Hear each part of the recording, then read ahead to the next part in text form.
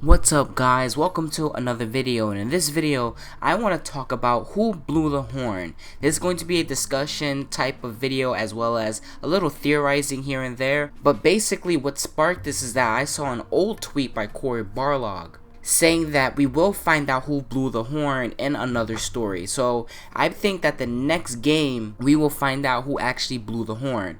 Now there's a lot of speculation in the God of War community who actually blew the horn, going from Atreus in the future to Baldur to Heimdall to many others. The community has not been hesitant to let everybody know their feelings about who actually blew the horn. But because Cory said that we'll find out in another story, meaning the sequel, I think this instantly rules out someone like Baldur, who died in this game and has pretty much no importance anymore. This goes the same for both Magni and Modi.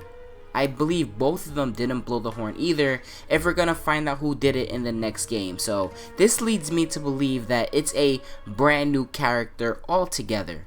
So I definitely believe that Heimdall is one of the people who actually blew the horn. I think it's him for many reasons. Even though in the game it says that Mimir is the only person who is able to blow the horn, Heimdall is also able to blow the horn. And he's the one who signals all the gods that Ragnarok is happening in real Norse mythology, and he does this by blowing this horn.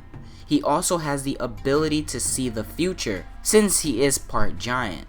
He also has the ability to see everything in the 9 realms. I'm letting you guys know this information because during the scene where the horn was actually blown, Kratos was attending to Atreus, who has become very ill for him not knowing he's a god.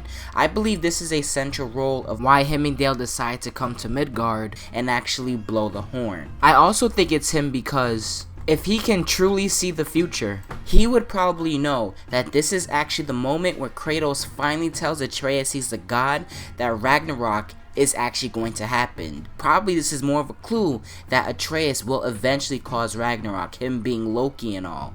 So once Kratos, to heal Atreus of this sickness, tells him that he's a god, that's when Heimdall discovers Ragnarok, that it is coming. That's when he finally understands what Ragnarok truly is and who causes it, now that Atreus knows who he is.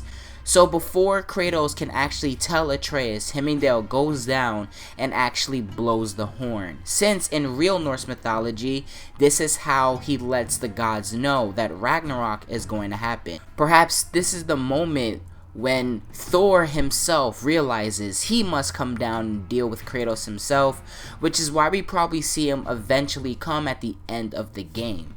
The timing of these events is actually perfect.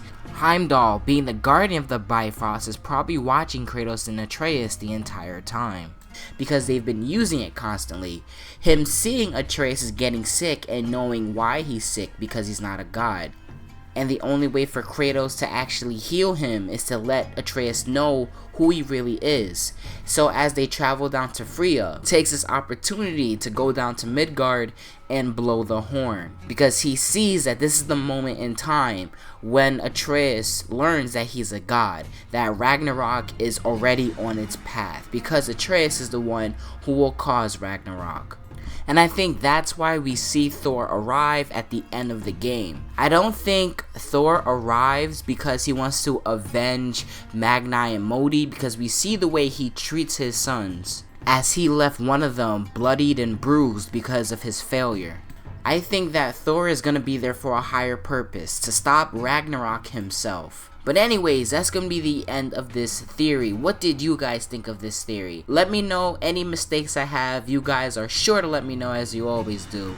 I'm going to be out of here. Thank you guys for listening. And again, who do you think blew the horn? Deuces.